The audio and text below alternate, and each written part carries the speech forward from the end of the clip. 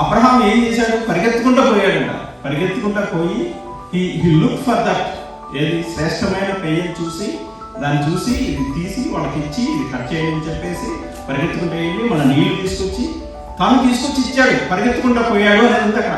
మనం when it comes to working, we should really be willing to work.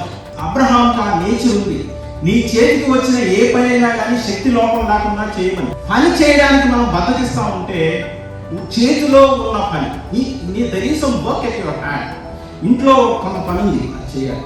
Homework ఉంది, చేయాలి. ఆఫీస్లో work ఉంది, చేయాలి. చర్చిలో వర్క్ ఉంది, చేయాలి. అబ్రహాం ఆ విధంగా చేశాడు కాబట్టి తనకి he has become rich. తను ధనవంతుడయ్యాడు. ధనాపేక్ష లేకుండా ధనవంతుడయ్యాడు. That is what God wants us believers to be. Don't be lazy, be working hard అనేది.